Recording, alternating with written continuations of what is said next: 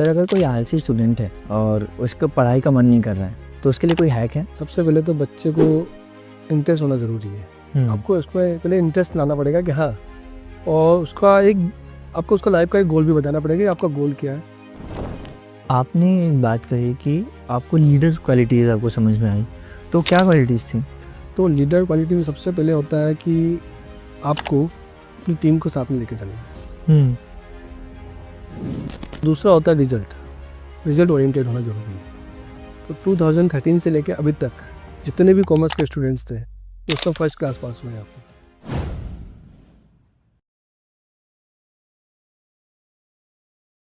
नमस्कार सर। नमस्कार। Rupesh sir, podcast शुरू हो रहा है उससे पहले मैं आपसे ये पूछना चाहता हूँ कि जो बच्चा अभी ये पॉडकास्ट देख रहा है, अ, बहुत सारे स्टूडेंट्स को क्वेश्चन होता है कि लाइफ में एजुकेशन और नॉलेज क्या होता है? क्या इम्पोर्टेंट होता है कि नहीं होता है?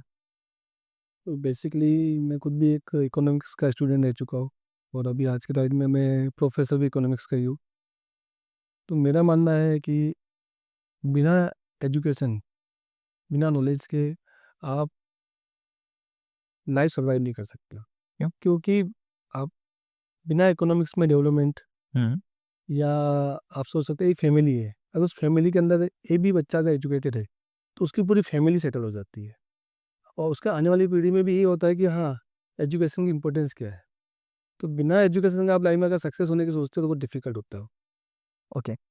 और लाइफ में मतलब कहते हैं ना कि वो कौन-सा फ़ेज़ था आपके लाइफ में, जब आपको लगा है कि नहीं भई अब मुझे कमाना है, अपने पैरों पे खड़ा होना है? देखो, जनरली मैं मिडिल क्लास से रहा था। जी। फैमिली ने बड़ी डिफ़िकल्टी से मुझे मेरा एजुकेशन और ग्रेजुएशन कंप्लीट किया था। तो मेरा ये मानना है कि अगर आपका ग्रेजुएशन, आपकी ज़िम्मेदारी आ जाती है, आपको भी रिस्पॉन्सिबिलिटी आती है कि आपको अब कुछ अर्निंग देना चाहिए फैमिली के लिए। और एक सोसाइटी के अकॉर्डिंग यही माना जाता है कि अपन ग्रेजुएशन हो गया है, हुँ। तो आपके एक कुछ इनकम सोर्सेज स्टार्ट हो जाने चाहिए ताकि आपकी फैमिली सर्वाइव कर सके। कि पेरेंट्स की भी एक उम्मीद होती है, अपने गोल्स भी होते हैं साथ-साथ में, लेकिन साथ-साथ में पेरेंट्स की भी उम्मीद रहती है कि नहीं, अब बच्चा ग्रेजुएट हो गया है, तो कुछ इनकम होनी चाहिए ताकि हम इजीली लाइफ सर्वाइव कर सकें। जी। जैसे हमें पता चला है आपको, आपने 2 बार पोस्ट ग्रेजुएशन ली है, इकोनॉमिक में और अपना ये कंप्यूटर एप्लीकेशंस में, तो ये क्यों? आपने ऐसा क्यों किया? बेसिकली जब मैंने पोस्ट ग्रेजुएशन इकोनॉमिक सब्जेक्ट में टॉप क्लियर किया था, उसके बाद मुझे ऐसा फील हुआ कि लाइफ में नॉलेज ज़रूरी है। और उस समय कंप्यूटर नॉलेज एक नेसेसरी था कि नहीं, हाँ, आपको एक डिग्री ले ली, उसके साथ साथ में आपको कंप्यूटर नॉलेज होना नेसेसरी है। इस कारण ही मैंने पोस्ट ग्रेजुएशन कंप्यूटर में भी किया। तो कुल मिला के आपने कितनी ग्रेजुएशंस और कितने एग्ज़ाम्स क्वालिफ़ाइड किए हैं? तो मैंने सबसे पहले पीजी इकोनॉमिक्स में किया, जी। उसके बाद मैंने पीजीडीसीए कंप्यूटर एप्लीकेशन में कंप्लीट करा। उसके बाद मुझे ऐसा नहीं लगा कि मुझे टीचिंग फील्ड में जाना है, तो मैंने बीएड कंप्लीट किया। जी। और बीएड के साथ साथ मुझे थोड़ा प्रोफेशनल नॉलेज भी करना था, तो मैंने उसके बाद जस्ट बाद ही मैंने एमबीए को चूज़ किया। और साथ साथ में मैंने यूजीसी नेट एग्ज़ाम पास किया और गुजरात का सेट एग्ज़ाम्स क्वालिफाइड किया। मैंने पीएचडी कंप्लीट करी। साथ साथ में मैंने RPC assistant professor lectures qualified किया। गुजरात का भी असिस्टेंट प्रोफेसर जीपीएससी वो मैंने क्वालिफाइड किया। रीट एग्ज़ाम्स है, जी टेट के एग्ज़ाम्स है, वो सारे मैंने जो टीचिंग फील्ड से जितने भी एग्ज़ाम्स होते हैं मोस्टली वो मैंने सब सारे क्वालिफाइड किए। तो ज़रूरत थी इस चीज़ों की? देखो क्या होता है, अगर आप एजुकेशन फील्ड में ही हो जी। तो आपको जितना नॉलेज बढ़ाना है वो आपको एग्जाम से मिलता है। अपडेट रहना। अपडेट रहने के लिए मैंने, क्योंकि देखो अभी जैसे न्यू न्यू आ रहा है, जी। अब हम फुल डे अपने जॉब में बिजी रहते हैं, तो जब हम एग्जाम्स के कोई फॉर्म्स भरते हैं तो हम थोड़ी प्रिपरेशन करके जाते हैं साथ साथ में, तो हमारा भी नॉलेज बढ़ता है और बच्चों को भी हम प्रॉपर तरीके से बता सकते हैं कि नहीं, इस एग्जाम्स पैटर्न में इस तरह के क्वेश्चंस भी आते हैं, तो हम भी अपडेट रहते हैं और हमारा नॉलेज भी अपडेट रहता है। इसलिए जितना हो सके मैं एग्जाम्स क्वालिफाइड और एग्ज़ाम देने का कोशिश करता हूँ। आपने इकोनॉमिक्स ही क्यों चुना? क्योंकि आप इसमें डिस्ट्रिक्ट टॉपर थे, तो ये फील्ड आपने ये सब्जेक्ट ही क्यों चुना? वैसे कि जब हमने ग्रेजुएशन किया था तो अपन जनरली ग्रेजुएशन के मार्क्स के बेस पे आगे डिसाइड कर सकते हैं कि आपका कौन सा सब्जेक्ट में है।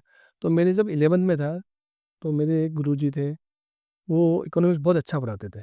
तो उनसे मैं काफ़ी इंस्पायर हुआ कि नहीं, इस सब्जेक्ट में कुछ बात है। हुँ। तो मेरे 11th-12th से लेके ही और ग्रेजुएशन में मेरे इकोनॉमिक्स में मार्क्स अच्छे आ रहे थे, अच्छे परसेंटेज बन रहे थे उस सब्जेक्ट में। तो मैंने डिसाइड किया उस समय जो हमारा जो स्टेट डिस्ट्रिक्ट है वो काफ़ी बैकवर्ड में भी आता है, तो इस सब्जेक्ट की इतनी इंपॉर्टेंस नहीं थी। जी। हमको 75 दूर कॉलेज था हमारा, मेन डिस्ट्रिक्ट हेडक्वार्टर में था, तो हमको डेली वहाँ से अप डाउन करना पड़ता था। तो वो मेरे लिए बहुत डिफ़िकल्ट था कि मुझे पीजी करने जाने के लिए 75 किलोमीटर का डेली अपडेट सफ़र करना पड़ रहा है। लेकिन फिर भी मैंने वो सब्जेक्ट चूज़ किया। तो डिफ़िकल्टी ज़रूर आई थी मुझे, लेकिन मेरा फ़ेवरेट सब्जेक्ट रहा था शुरू से, तो मैंने उसमें परचेज़ किया। ओके, आपने नेट सेट भी जो हाँ। क्वालिफ़ाई किया है, तो उसमें क्या डिफ़िकल्टीज़ आई? देखो, सबसे इम्पोर्टेंट था कि इस डिस्ट्रिक्ट में हमारे इकोनॉमिक सब्जेक्ट के लिए जी। मेन टीचर्स नहीं थे। हुँ। तो ये जितने भी हमको एग्ज़ाम्स थे उस समय जैसे यूट्यूब और ये भी नहीं थे। तो सबसे मेन जो हमारा था नॉलेज बढ़ाने के लिए वो बुक्स था। तो हमने बुक्स को स्टडी करा, और अगर आपको टीचिंग फील्ड में जाना हो, कोई भी एग्ज़ाम क्वालिफ़ाइड करना है, तो मेन होता है आप उसको पढ़ाने लग जाओ हुँ। सब्जेक्ट। तो मैंने पोस्ट ग्रेजुएशन कंप्लीट करते ही मैंने क्लासेस स्टार्ट कर दी थी और मैंने क्या करा, बच्चों को पढ़ाना स्टार्ट कर दिया कि जब आप पढ़ाते हो, तो आप फुल प्रिपेयर होके पढ़ाते हो। उस टॉपिक से रिलेटेड मैंने सारी इंक्वायरी करी मैंने। हर सब्जेक्ट के मैंने नॉलेज लिया। जितने भी इकोनॉमिक सब्जेक्ट जैसे माइक्रो है, मैक्रो है, स्टैट्स वाला पेपर है, इंटरनेशनल इकोनॉमिक्स है, ये जितने पेपर्स है वो मैंने पढ़ाने लगा, तो मेरा भी नॉलेज बढ़ा, और धीरे-धीरे जब मेरा नॉलेज बढ़ा, तो इस वजह से ही मेरे एग्ज़ाम्स क्वालिफ़ाइड होने लगे।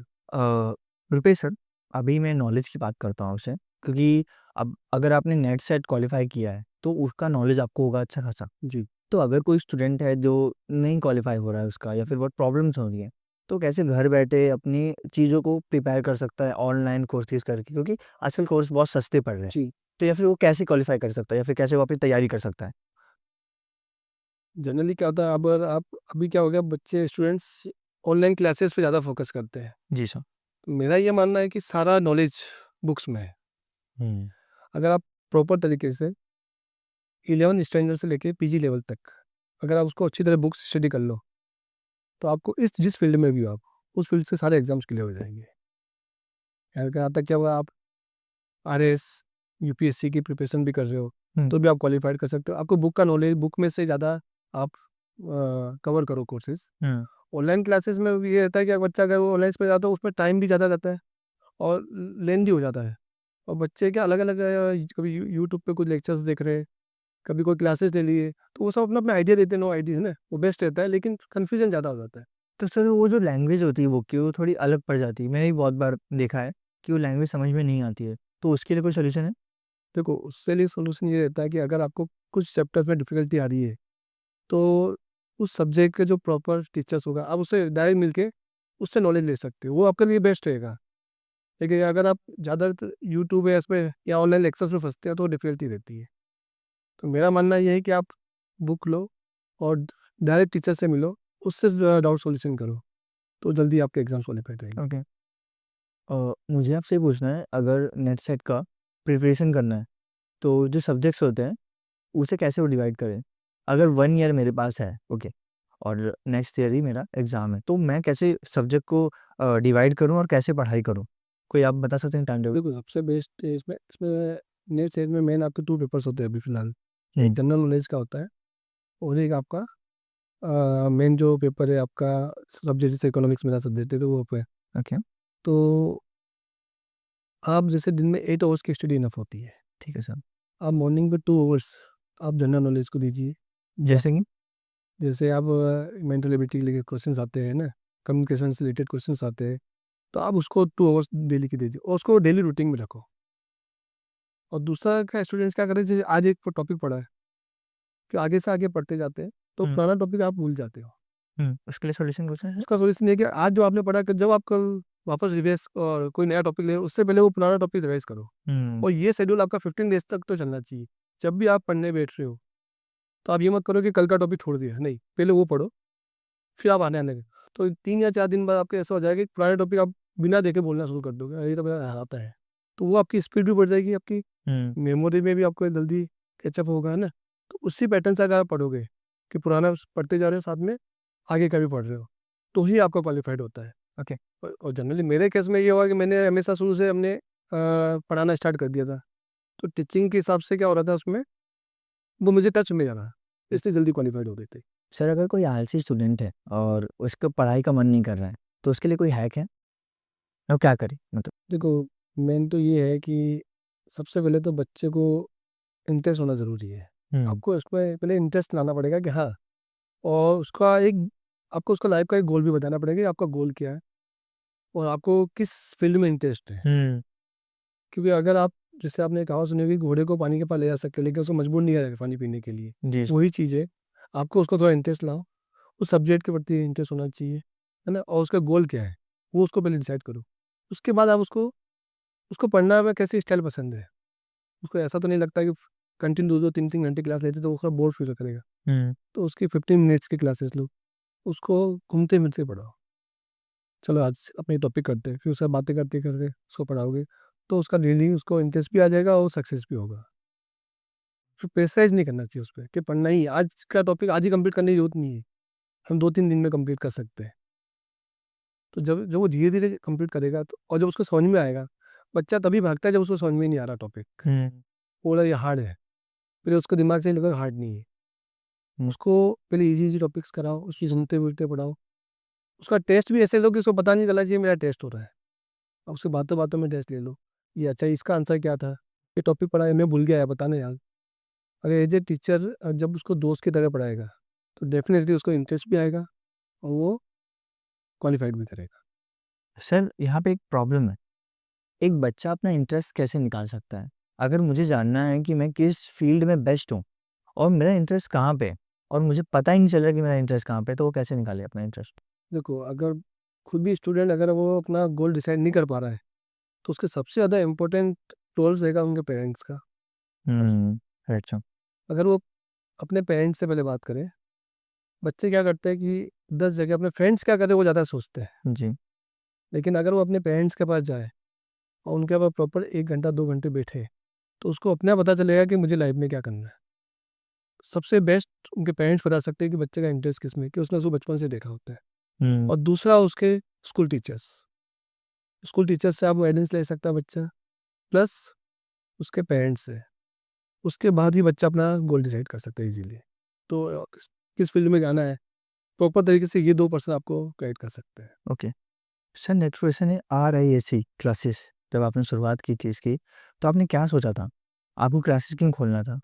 जैसे मैंने आपको बताया कि जब मैंने 2003 में जीजी कंप्लीट करा था मैंने, हुँ, तो उस समय मुझे बहुत ज़्यादा डिफ़िकल्टी क्या आई थी कि मेन डिस्ट्रिक्ट हेडक्वार्टर पे कॉलेज था, तो 75 किलोमीटर अप डाउन करना पड़ रहा था।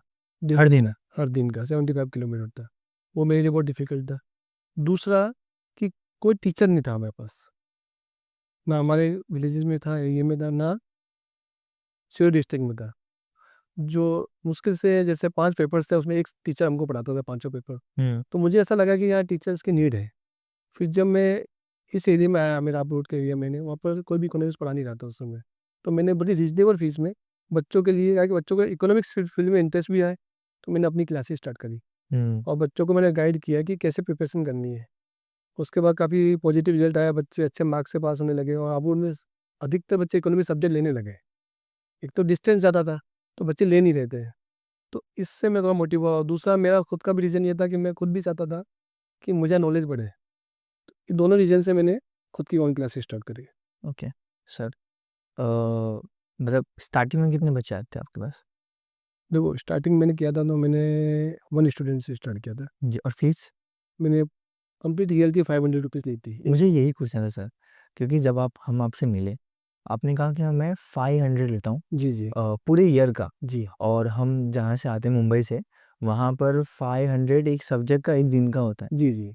तो ये मतलब आपको कैसे आइडिया है इसके ऊपर? असल में देखो, जैसे मैं समझ सकता था कि ये मिडिल क्लास का बच्चा है और उस समय आपने देखा कि बच्चे ट्यूशन को कम प्रेफ़र करते थे। हुँ, लेकिन इकोनॉमिक्स ऐसा सब्जेक्ट था कि बच्चों को नीड थी। जी सर। अगर वो सब्जेक्ट लेगा तो उसको क्लासेस लेनी पड़ेगी। हुँ, तो मैंने ये आइडिया कि बच्चों की फ़ीस रीज़नेबल रखूँ, ताकि जो बच्चा इकोनॉमिक्स में इंटरेस्टेड है, वो मेरे पास क्लासेस में, मैं उसको प्रॉपर गाइडेंस क और उसको आगे के लिए प्रिपेयर कर सकूँ। मेरी जो ये क्लासेस होती है वो 11 से लेके पीजी तक चल रही है और सबकी मैंने फ़ीस खोल रखी। जी। चाहे बड़ी क्लास का हो, छोटी क्लास का हो। अगर कोई स्टूडेंट्स बोलता है नहीं मैं पे नहीं कर पाता, तो भी मैंने उसकी क्लासेस ली है। हुँ, मैंने उसको एक कंडीशन रखी थी कि आप अच्छे मार्क्स लाओ, मैं आपसे फ़ीस नहीं लूँगा। और नंबर ऑफ स्टूडेंट्स आप मानोगे मैं बस 150 से प्लस आते थे उस समय। तो अगर मैंने स्टार्ट भी 500 से किया तो मेरी कितनी अर्निंग हो जाती थी कि मैं अपना आगे की स्टडी कंप्लीट करने के लिए मैं फाइनेंशियल थोड़ा मजबूत हो जाऊँ। ओके। तो अभी ये क्या करंट सिनेरियो चल रहा है आपका सर? अभी मेरी क्लासेस तो रनिंग है ही साथ-साथ में, और साथ में मैं यूपीएससी गुरुकुल हुँ, में एक एज ए प्रिंसिपल की पोस्ट पे हूँ। Okay sir. स्टार्ट करते हैं सर। आपने एक चीज़ ऐड की है 2010 से लेके 2013 तक, जो हेल्थ इश्यू आया, उसने आपको कैसे बदला?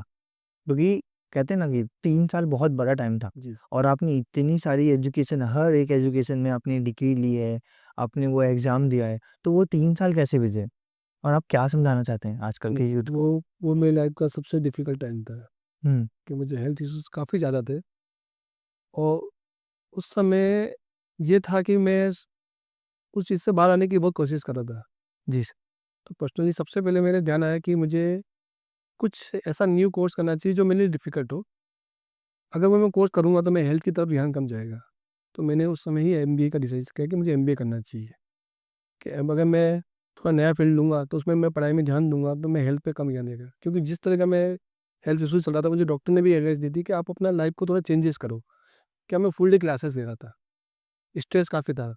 उस ड्यूरेशन में मैंने क्या करा, क्लासेस थोड़ी कम करी, और मेरे नॉलेज बढ़ाने के लिए मैंने एमबीए जॉइन किया। उससे मेरा थोड़ा ध्यान हटा और थोड़ा हेल्थ में मेरा इम्प्रूवमेंट आने लगा। आप विश्वास नहीं करोगे, मेरा वेट कम से कम 33 केजी हो गया था, इतना कम हो गया था। उस समय मैं डिफ़िकल्ट था कि कैसे बाहर आऊँ। फिर सबसे ज़्यादा मेरा सपोर्ट रहा है कि 2013 में जब मेरी मैरिज हुई, जी, तो मेरी वाइफ़ का काफ़ी सपोर्ट रहा मुझे। उन्होंने भी मुझे प्रॉपर गाइड करा कि किस तरह आप, उन्होंने मेरा शेड्यूल बना के दिया पूरा प्रॉपर। उसके बाद ही मेरा इम्प्रूवमेंट आया, और मैं वो उस प्रॉब्लम से मैं बिल्कुल बाहर हूँ। जैसे आपने कहा कि मैं आप प्रिंसिपल हैं यूपीएससी में, अकेडमी में, तो एक मिडिल क्लास का लड़का जब प्रिंसिपल बना, तो उसके बीच के चैलेंजेस क्या थे? डिफ़िकल्टी तो आती ही है। सबसे पहले तो ये आई थी कि ऐसे मैं हिंदी मीडियम का स्टूडेंट्स था। हिंदी मीडियम से मैंने ग्रेजुएशन, पोस्ट ग्रेजुएशन कंप्लीट करे थे। हुँ, हुँ। तो ये डिफ़िकल्टी थी कि एज़ ए प्रिंसिपल के लिए आपको नॉलेज, लैंग्वेज पे कमांड ये ज़रूरी थी। तो उस पे मैंने वर्क किया, और प्रिंसिपल की पोस्ट से पहले मैंने 2013 में जब मैंने यूपीएससी गुरुकुल जॉइन किया, तब से लेकर 21 तक मैंने एज़ ए असिस्टेंट प्रोफ़ेसर मैंने यहाँ वर्क किया। हुँ, उससे मेरा नॉलेज बढ़ा, और साथ-साथ में मैंने एडमिन डिपार्टमेंट में भी सीखा कि कैसे मैनेज कर सकते हैं क्लासेस, कैसे मैनेज कर सकते हैं, पूरी टीम को कैसे साथ में, लीडरशिप क्वालिटी क्या होती है। और प्रॉपर मैं जब उत्तम सर के अंडर में मैंने काम किया, उत्तम सर को इतना नॉलेज है, उनका उन्होंने अपना नॉलेज हमको हमारे साथ शेयर किया कि हाँ, इस तरह आप कर सकते हो। जहाँ-जहाँ मुझे प्रॉब्लम आई, मैंने सर से गाइडेंस लिया कि मुझे क्या करना चाहिए। तो उत्तम सर का जो नॉलेज और उन्होंने जो हमको हिम्मत दी, उसकी हमने प्रिंसिपल की बहुत लीड ली। आपने एक बात कही कि आपको लीडर क्वालिटीज़ आपको समझ में आई, तो क्या क्वालिटीज़ थी? तो लीडर क्वालिटी में सबसे पहले होता है कि आपको अपनी टीम को साथ में लेके चलना है, हुँ, और दूसरा होता है रिजल्ट, रिजल्ट ओरिएंटेड होना ज़रूरी है। तो 2013 से लेके अभी तक जितने भी कॉमर्स के स्टूडेंट्स थे, वो सब फर्स्ट क्लास पास हुए हैं यहाँ पर। अभी तक सारे बच्चे फर्स्ट डिवीज़न से ही पास हुए इस कॉलेज में। तो अच्छा रिजल्ट दिया, और अपने काम में पूरा टाइम दिया। मेन यहाँ पर जो सर का कांसेप्ट ये है कि आप जॉब की तरह मत देखो। हुँ, आप उसको लगे अपना काम है, अपना खुद का है, आप हुँ, उसको कैसे ग्रोथ कर सकते हो। तो वो सबसे पॉजिटिव थिंग थी हमारे लिए कि नहीं, हमको ये करना चाहिए। हमको बच्चों पे ज़्यादा फोकस करना है कि मेन रिजल्ट क्या है, स्टूडेंट्स का रिजल्ट है। जी। कैसे बच्चों को एन्जॉयमेंट भी रहे, साथ-साथ में बच्चे क्लास में बोरियत नहीं हो ना। वो सब मैनेज क्वालिटी हमने उत्तम सर से सीखी है। तो उससे बाद ही अचीव हुआ है। ओके। सर एक नेक्स्ट क्वेश्चन है, एज़ अ स्टूडेंट मैं आपको पूछ रहा हूँ, आप प्रिंसिपल हैं, तो एक स्टूडेंट का डेली रूटीन कैसे होना चाहिए? सुबह से उठ के उठने तक, रात के सोने तक और टाइम टू टाइम? तो मॉर्निंग में मोस्टली मेरा ये मानना है कि बच्चों को जैसे मॉर्निंग जल्दी उठना चाहिए, 6 ओ क्लॉक सही टाइम है फिर भी। उसके बाद थोड़ा सुबह कितना? 6 ओ क्लॉक, ओके।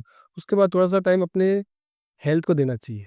मतलब थोड़ा योगा कर लिया, अगर जिम का शौक है तो जिम कर लिया, साइक्लिंग कर ली। उसके बाद ही उसको दिन स्टार्ट करना चाहिए। और 8 आवर्स के ज़्यादा स्टडी की ज़रूरत नहीं पड़ती है। अगर आप 8 टू 5 तक स्टडी कर रहे हो, उसके बाद हुँ, आपको शाम को स्पोर्ट्स के लिए जाना चाहिए। खुद हुँ, खुद को भी थोड़ा टाइम देना चाहिए, और जो आपने दिन भर में पढ़ा है, वो ज़रूरी नहीं है कि वापस बैठ के ही पढ़ा जाए। आप उसको थोड़ा मनन कर सकते हो, आपको पूरा दिन का रिवाइज़ कर सकते हो, जैसे नाइट में आधा घंटा बैठ के आज क्या-क्या पढ़ा, सर ने क्लासेस में क्या-क्या पढ़ाया, उस टॉपिक के बारे में सोचोगे भी ना, तो आपको आइडिया आएगा, हाँ, ये क्लास वो रिवीज़न हो जाता है। ये ज़रूरी नहीं कि रात को बुक्स लेके वापस बैठ गए, 2-3 घंटे आप नाइट में ही पढ़ रहे हो, फिर सुबह लेट उठ रहे हो, तो रूटीन खराब हो जाता है। तो बच्चे को अपना रूटीन एक सेट रखना चाहिए, स्पोर्ट्स के लिए और हेल्थ के लिए टाइम ज़रूर देना चाहिए, और स्टडी 8 आवर्स इनफ होती है। लाइक कुछ स्किल्स डेवलप करनी चाहिए, आपको लगता है? जी, बिल्कुल, जो समय चल रहा है, आपको आपके एजुकेशन क्वालिफ़िकेशन के साथ-साथ कोई स्किल्स होनी चाहिए आपके पास। तो उसपे हर स्टूडेंट को जिसमें आपको इंटरेस्ट हो, उस पे वर्क करना चाहिए। स्किल्स काम आती हैं रियल लाइफ में? बिल्कुल, बिल्कुल। कैसे? अब जैसे अगर आप कहीं प्रेजेंटेशन देने जा रहे हो, तो आप किस तरह दे रहे हो वो आपकी स्किल्स होती है। आप किस तरह बोल रहे हो, आप किस तरह उठ रहे बैठ रहे हो, ये आपकी स्किल्स है। आपको पूरी पर्सनैलिटी डेवलपमेंट के लिए आप में एक स्किल्स होना ज़रूरी है। ओके, और वही अगर आपका कहीं जा रहे हो तो वो आपकी नोटिस हो जाती है, 2 मिनट में नोटिस हो जाएगी कि हाँ, ये बच्चा इस फील्ड में इंटरेस्टेड भी हो, नॉलेज भी है इसको। ओके। जैसे हम प्रिंसिपल का टॉपिक हमारे पास है, तो आपने क्या सीखा है और प्रिंसिपल से? और प्रिंसिपल्स को क्या सीखना चाहिए आपसे?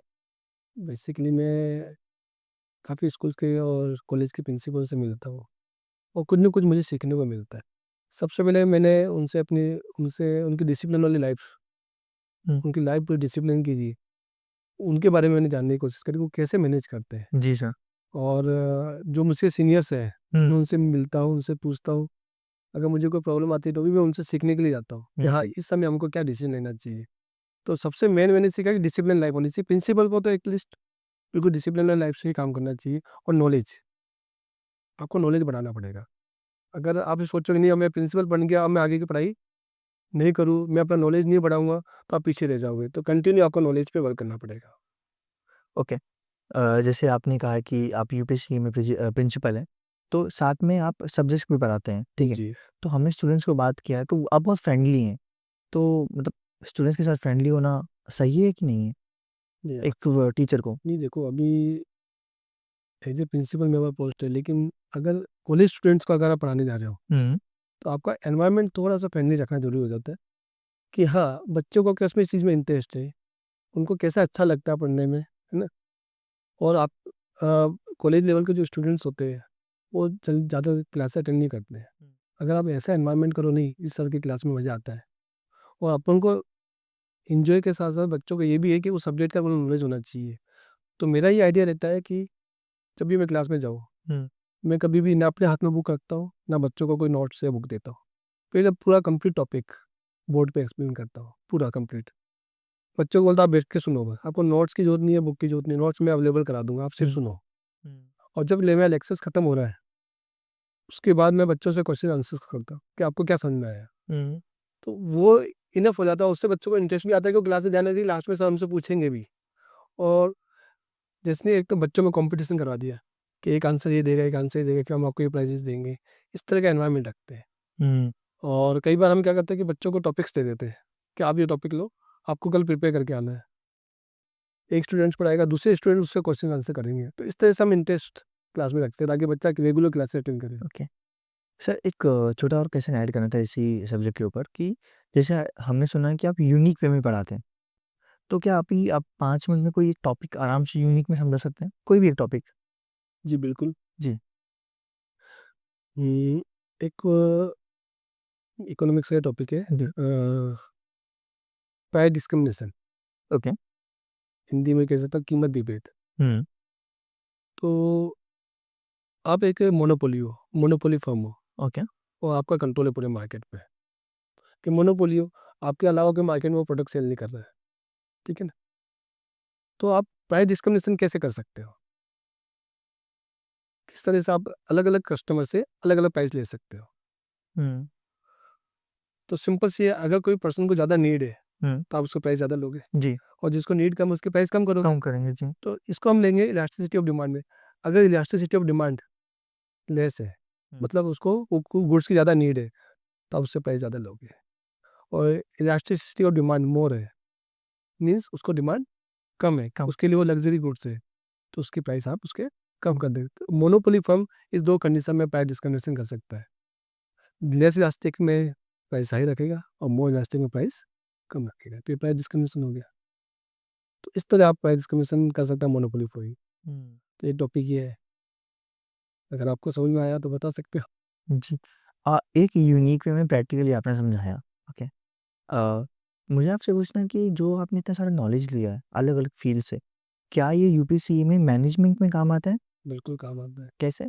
सबसे पहले तो ये हो गया कि सब्जेक्ट सब्जेक्ट से रिलेटेड अगर आपको नॉलेज है तो बच्चों को भी अच्छा लगता है पढ़ने में, हुँ। और बच्चे इंटरेस्ट लेते हैं। हुँ। दूसरा, मैंने अलग अलग कॉलेजेस में अलग अलग स्कूल्स में भी वर्क किया है, तो वहाँ कैसे मैनेजमेंट चलता है ना, वहाँ क्या क्लास शेड्यूल्स रहते हैं, जी सर। नंबर ऑफ स्टूडेंट्स भी ज़्यादा होते हैं। जैसे मैंने खुद ने गवर्नमेंट कॉलेज में पढ़ाया है, उसमें मतलब 1000 से ज़्यादा स्टूडेंट्स आते हैं, तो उनको कैसे मैनेज करना है ना, तो वो मैनेजमेंट पार्ट मैंने वहाँ से भी सीखा, तो वो इम्प्लीमेंट यहाँ होता है। और दूसरा, जितने भी एग्जाम्स हम दे रहे हैं, खुद भी क्वालिफाई कर रहे हो, तो अपने बच्चों को भी हम प्रिपरेशन कराते हैं कि हाँ ये फील्ड में आप कर सकते हो। मोस्टली अब यूपीएससी गुरुकुल में ग्रेजुएशन के साथ साथ में हम सीए करवा रहे हैं, तो जो हमारा नॉलेज है, हमारी जो टीम का नॉलेज है, वो पूरा हम बच्चों को देते हैं।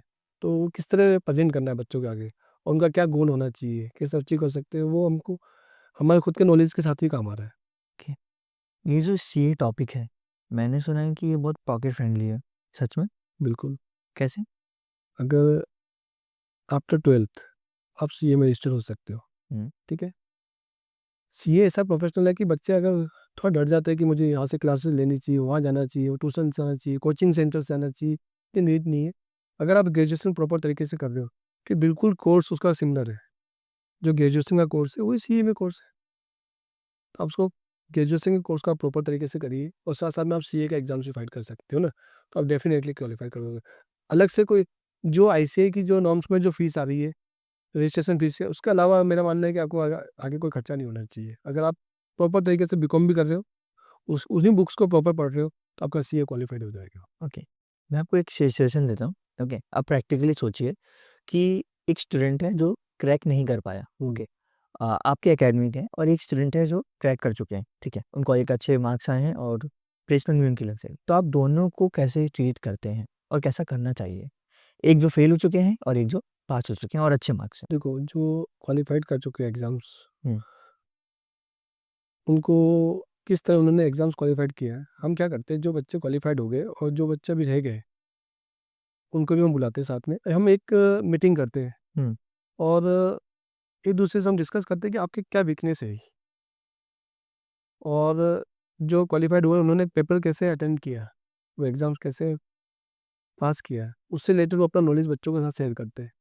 फिर हम उनकी वीकनेस को पता करते हैं, और फिर नेक्स्ट अटेम्प्ट के लिए उनको प्रॉपर तैयार कराते हैं, हुँ। और उनको ये कोशिश करते हैं कि वो डिमोटिवेट नहीं हो जाए।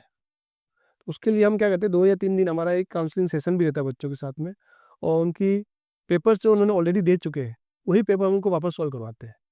तो उससे बच्चों को थोड़ा मोटिवेट आता है, हाँ, ये मैंने मिस्टेक करी, इस वजह से मैं रहा हूँ। और कोई बड़ी बात नहीं है कि हाँ, एक एग्ज़ाम में अगर आप नहीं रहे तो कोई बात नहीं है, आप दूसरे अटेम्प्ट में 100% निकल जाओगे। कि एग्ज़ाम आपका नॉलेज को फिक्स नहीं कर सकता, कि हाँ, इस एग्ज़ाम में पास नहीं हो तो आपका नॉलेज बाउंड हो गया, ऐसा नहीं है।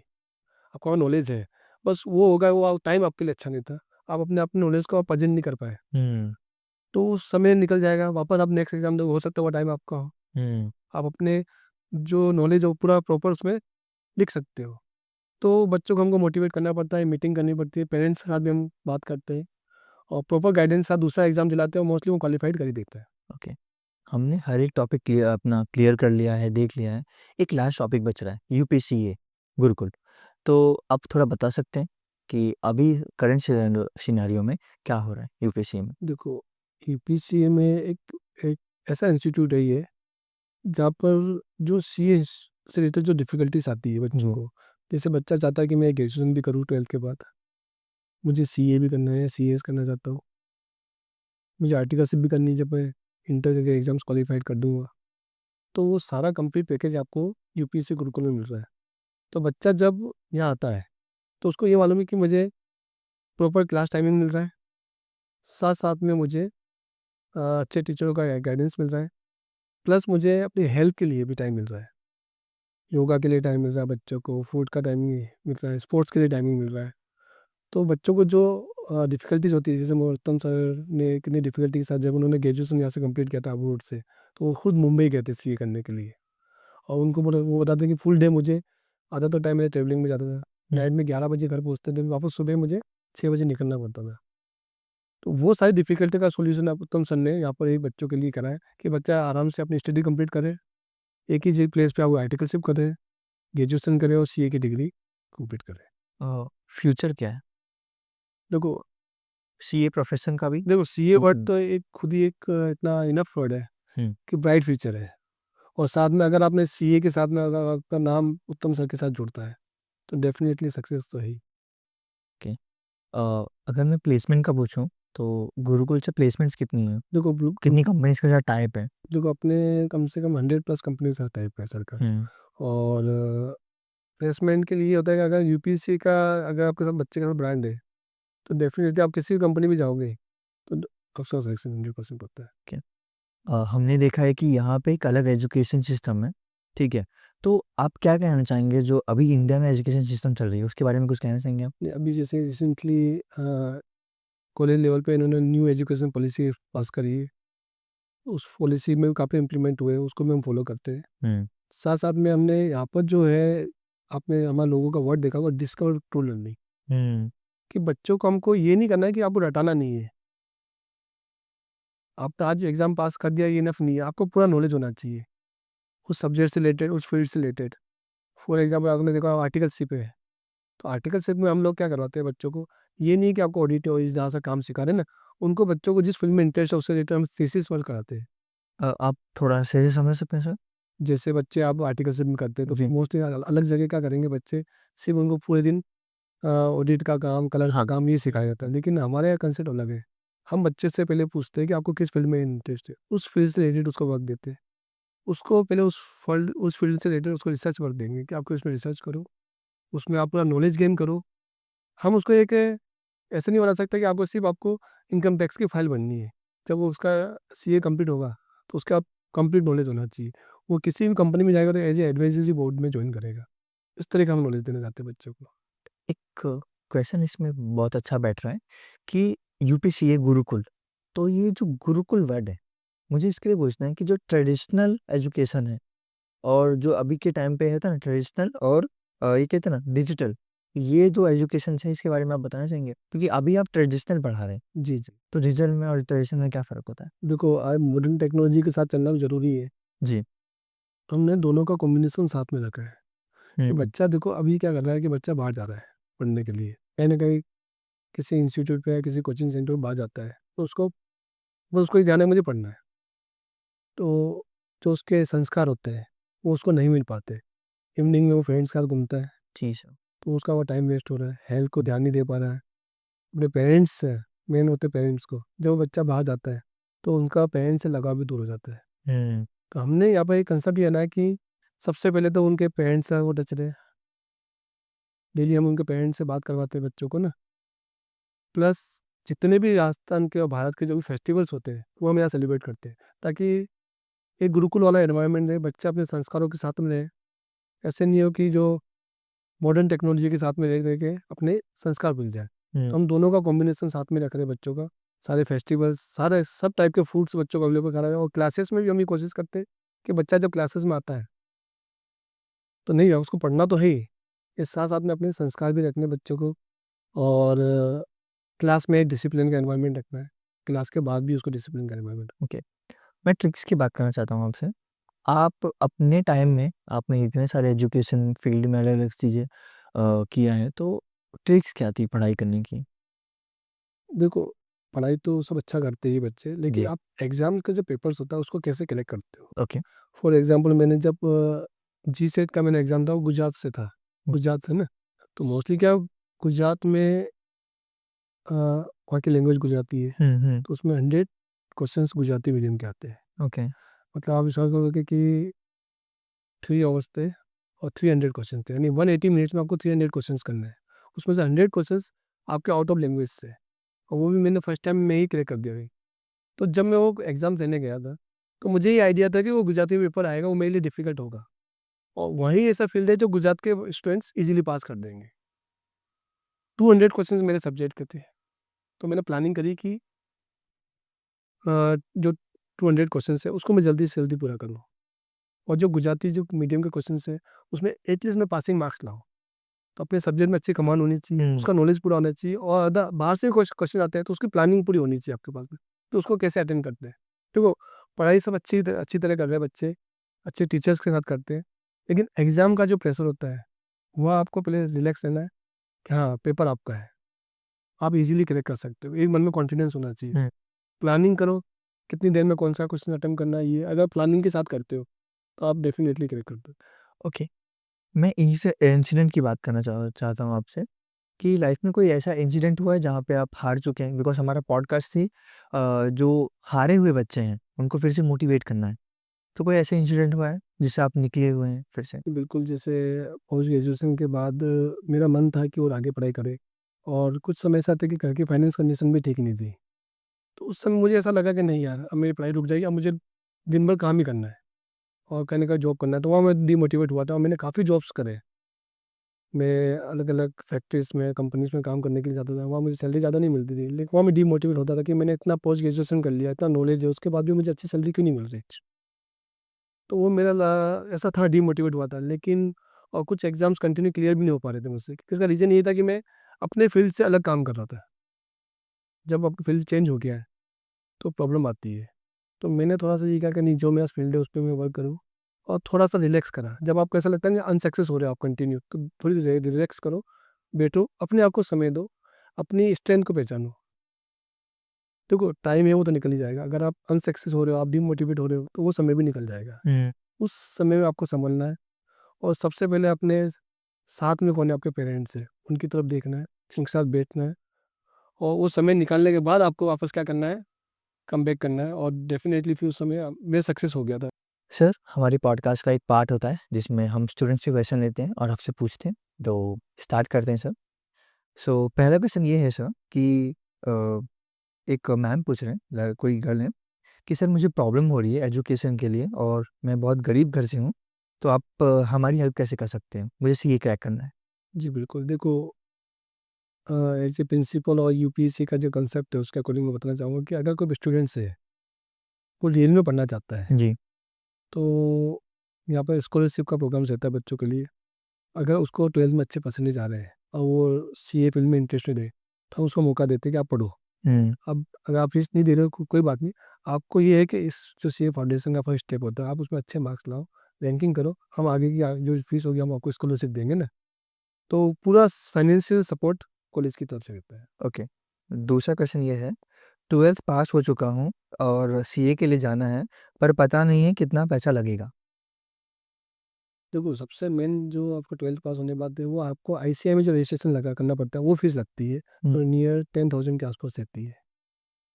वो आपको रजिस्ट्रेशन फर्स्ट टाइम जो रजिस्ट्रेशन कराना पड़ेगा, वो आपको पे करनी पड़ती है। और यू गुरुकुल में कितनी है सर? गुरुकुल में जो फीस का क्राइटेरिया, वो बच्चे के स्टूडेंट्स के ऊपर डिपेंड करता है, उसको स्कॉलरशिप देते हैं। हमें जैसे एक ओईटी एग्जाम्स रहते हैं बच्चों का, उससे हमको आइडिया हो जाता है कि बच्चे का कितने कैलिबर है। उसके हिसाब से हम उसका स्कॉलरशिप प्रोग्राम देते हैं 12th के परसेंटेज के। तो ये जो फिक्स अमाउंट नहीं रहता। जैसे आप, मैं एग्जाम्पल दे रहा हूँ, जैसे जनरली हम बीकॉम में ही जो बीकॉम फर्स्ट ईयर है, दोनों सेमेस्टर के अंदर 35,000 फीस रखी है, उसमें से भी हम 10,000 तक बच्चों को स्कॉलरशिप देते हैं, तो 25 में दोनों सेमेस्टर हो जाते हैं। तो बड़ी रीजनेबल फीस रखी है। और साथ साथ में अगर बच्चा सीए कर रहा है हुँ। और सीए में अच्छे मार्क्स से क्रैक करा सीए फाउंडेशन, तो आगे की फीस स्कॉलरशिप होती है। ज़्यादा फीस का आप आ सकते हो कि अगर आप कंप्लीट सीए का पैकेज देखो, हुँ। तो 1,50,000 के अंदर कंप्लीट हो जाना चाहिए, ओके। Complete CA. सर तीसरा क्वेश्चन है गोपाल सर हैं मुंबई से। वो बेसिकली जॉब करते हैं और उन्हें अभी उनकी एज 42 है और उन्हें सीए में कुछ करना है। सीए फील्ड उनको बहुत अच्छा लग रहा है और घर वाले मना कर रहे हैं कि भाई जॉब में और सीए में कैसे वो करवाएगा। तो आप कुछ कहना चाहेंगे उनके लिए? पहले तो गोपाल जी को नमस्कार। बेसिकली तो देखो, अगर आपको किसी फील्ड में इंटरेस्ट है, तो उसके लिए कोई एज बाउंडिंग नहीं होती है। आप 42 के हो गए तो भी आप सीए कर सकते हो। कोई इतना हार्ड कोर्स नहीं है, खाली बस आपका इंटरेस्ट होना चाहिए। हुँ। दूसरा ये है कि अगर आपको सीए करना है, तो आप जॉब भी करते हो, लेकिन आपको नाइट में या मॉर्निंग जल्दी आपको 1-2 घंटे आपको पढ़ाई के लिए निकालने पड़ेंगे, रेगुलर को भी। हुँ। तो डेफ़िनेटली आप सक्सेस हो जाओगे। इसके लिए ऐज की लिमिट नहीं होनी चाहिए, खाली आपका इंटरेस्ट होना चाहिए। अगर आप इंटरेस्टेड हो, तो डेफ़िनेटली आप क्लियर करोगे। क्या वो घर से पढ़ सकते हैं सर? हाँ, ईज़िली पढ़ सकते हैं, क्योंकि अगर वो कॉमर्स फील्ड से ही है, हुँ। तो बेसिकली उनके वो बुक्स कलेक्शन करना है और उसपे एक बार स्टार्ट करना है और उनको डायरेक्ट जैसे क्या जब ग्रेजुएशन कंप्लीट होता है डायरेक्ट इंटर्नशिप कर सकते हैं, लेकिन उनको डायरेक्ट इंटर्नशिप नहीं करने के लिए उनको सीए फाउंडेशन का पहले एग्जाम क्रैक करना चाहिए, वो बेस्ट रहेगा क्योंकि वो थोड़ा इजी लेवल पे हो जाए, बेसिक बन जाएगा। बेसिक से वो स्टार्ट करेंगे तो डेफिनेटली वो सक्सेस हो जाए। और एक बार जब वो फर्स्ट एग्जाम में क्रैक कर देते हैं तो खुशी होती है, तो वो कॉन्फिडेंस बढ़ेगा, तो वो कंटिन्यू कर सकते हैं। लेकिन एज लिमिट नहीं, जरूरत नहीं है, आप इजीली कर सकते हैं क्योंकि जी, आज भी मैं कंटिन्यू पढ़ाई कर रहा हूँ, सारे एग्जाम्स बच्चों के साथ भी देने जो होते हैं एग्जाम, वो पेपर भी सॉल्व करता हूँ, और नेट और सेट क्वालिफाइड हो गया वो भी एग्जाम दे रहा हूँ, जीपीएससी आरपीएससी के जितने पेपर्स होते हैं वो भी देने जाता हूँ। कई बार एग्जाम्स में ऐसा हो कि ऑलरेडी मैं पास हूँ, उस एग्जाम में मैं फेल भी हो जाता हूँ, तो मुझे लगता है हाँ मुझे अभी नॉलेज की ज़रूरत है, तो उस जो टॉपिक या जो मुझे नहीं आ रहा हूँ मैं सीख रहा हूँ। जी सर। तो लाइफ ऐसी है कि कंटिन्यू लर्निंग रहता है, आप ट्राई कर सकते हो, 100% आप पास हो जाओगे। सर आपकी उम्र घट रही है लगता है। ओके, स्टार्ट करते हैं। हमारे एक पॉडकास्ट का एक लास्ट पार्ट होता है 3 वंडर वर्ड्स। हमें आपकी क्वालिटीज़ देख के और आपको जो क्वेश्चन पूछना है, हम उसको सब कुछ मिलाकर ये 3 वर्ड्स हैं, ठीक है? तो स्टार्ट करते हैं, आप क्या सोच रहे हैं उस वर्ड्स के बारे में आप कह सकते हैं। पहला वर्ड है एजुकेशन। देखो, एजुकेशन वर्ड ये साइकोलॉजिकल का है, उसमें डेफिनेशन दी है, बहुत प्यारी डेफिनेशन है कि एजुकेशन मीन्स सीखना। इसमें दो वर्ड है, एडू प्लस केयर, हुँ, सीखना और सीख के बाहर निकलना। हुँ, एजुकेशन एक वर्ड ऐसा है कि जो आपका बोल सकते हैं कंप्लीट पर्सनैलिटी डेवलपमेंट, हुँ, पूरा आपका डेवलपमेंट करने के लिए, आपका विकास करने के लिए एजुकेशन ज़रूरी है। ओके। सेकंड वर्ड है गोल। तो बिना लाइफ में गोल होना चाहिए या नहीं होना चाहिए? गोल तो बहुत ज़रूरी है लाइफ का। देखो, बिना गोल के तो अगर आप जैसे ज़िंदगी जी रहे हैं, कैसे जी सकते हैं, जैसे जानवर लोग भी होते हैं, हाँ, उनका कोई गोल नहीं होता। ये अगर आपको मनुष्य जन्म मिला है हुँ, तो गोल होना ज़रूरी है, और गोल के लिए आपको मेहनत भी करनी चाहिए, तभी मज़ा आता है जीने में। अगर गोल ही नहीं है तो लाइफ क्या? तो गोल ज़रूरी है। जैसे मैंने हर स्टेप में अपना अपना एक गोल डिसाइड करा था। मेरा मन था कि कोनो भी फील्ड में मैं अपने सब्जेक्ट में ये एग्ज़ाम्स क्रैक करूँ, ये मेरा गोल था। ये मेरा गोल था कि मैं एक दिन प्रिंसिपल की पोस्ट पे आऊँ। तो वो जब मिलता है तो वो खुशी अलग ही होती है। तो गोल लाइफ में होना ज़रूरी है। थोड़ा अजीब क्वेश्चन लगेगा आपको। गोल डिसाइड कैसे करें? जैसे बीच में भी आपने क्वेश्चंस पूछा था एसएससी लेवल जी, कि गोल तो आपको जिस फील्ड में आपको ज़्यादा खुशी मिल रही है, ओके, नहीं उसमें मज़ा आएगा। ये मिल गया तो लाइफ में सब कुछ मिल गया। सैटिस्फैक्शन। हाँ, ये मिल गया तो आपको कुछ ज़रूरत नहीं है। हुँ, वही गोल होता है। Okay. Third and last, parents, माता-पिता।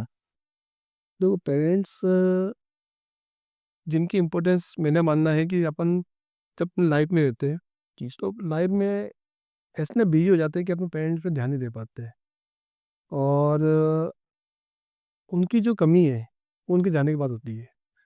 कि मैं पेरेंट्स को ज़्यादा इम्पोर्टेंस नहीं दूंगा कि मेरे पेरेंट्स के दोनों की डेथ हो चुकी है ना। आज मुझे फील होता है कि उनकी वो होते हैं और मुझे इस पोस्ट पे भी देखते हैं, तो कितनी खुशी मिलती है। प्रॉपर गाइडेंस मुझे जो मिला वो मुझे पेरेंट्स से ही मिला है। तो आप बोल सकते हो कि बिना पेरेंट्स के लाइफ को डिफिकल्ट हो जाती है। जब तक आपके पेरेंट्स आप बच्चे हो, तो पेरेंट्स होना और पेरेंट्स के साथ उनका आशीर्वाद देना लाइफ में बहुत इंपॉर्टेंस होता है। ओके। सो सर, हमारे पॉडकास्ट का एक लास्ट पार्ट होता है, जिसमें हमारे जो गेस्ट हैं, वो यंग यूथ को, स्टूडेंट्स को, सोसाइटी को एक मैसेज देना चाहेंगे। तो मैसेज क्या होगा सर आपकी तरफ से? देखो, जिस तरह का भी जनरेशन चल रही है, जी, और मैंने काफ़ी सुसाइड केसेस सुना है कि एग्ज़ाम पास नहीं हुआ तो हम सुसाइड कर लेंगे। फैमिली प्रेशर्स होता है, पेरेंट्स का भी प्रेशर्स होता है। तो मेरा मानना है कि एक सेंटेंस है कि today is difficult, I know tomorrow is more difficult, but day after tomorrow is life is very beautiful, so never lose hope. इसका मतलब ये है कि डिफ़िकल्टी आती है लाइफ में, जी, आज भी आएगी और कल भी आएगी, लेकिन आने वाला समय, जब आप डिफ़िकल्टी पार करने के बाद आपका जो समय आएगा वो आपका होगा। पूरा लाइफ और पूरा वर्ल्ड आपके हाथ में होगा। जी, तो आप अपनी जो होप है, जो आपका गोल है, उसको कभी मिस मत करो, कभी उसको छोड़ो मत। कभी भी ऐसा काम मत करो कि नहीं मुझे अब बस लाइफ पूरी होगी, मुझे सुसाइड करना है, ये करना है, नहीं। डिफ़िकल्टी सबकी लाइफ में आती है। अगर आप बाहर जाके देखोगे तो लोगों के सामने इतनी-इतनी डिफ़िकल्टी, आपकी डिफ़िकल्टी आपको बहुत कम लगेगी। हुँ। तो कभी भी इस तरह का कोई स्टेप न मत उठाओ। बस हाँ, ये मानो कि आने वाला कल मेरा है और सब कुछ मेरे अंडर में होगा, है ना? और लाइफ उस समय आपको लगेगा हाँ, लाइफ से अच्छा ब्यूटीफुल कुछ भी नहीं है। तो यही था हमारा podcast sir. Thank you so much Rupesh sir, आपका थैंक यू वेरी समय और आपका टाइम देने के लिए। Thank you sir. Much. So guys, मिलते हैं नए पॉडकास्ट में नए गेस्ट के साथ। धन्यवाद, जय हिंद।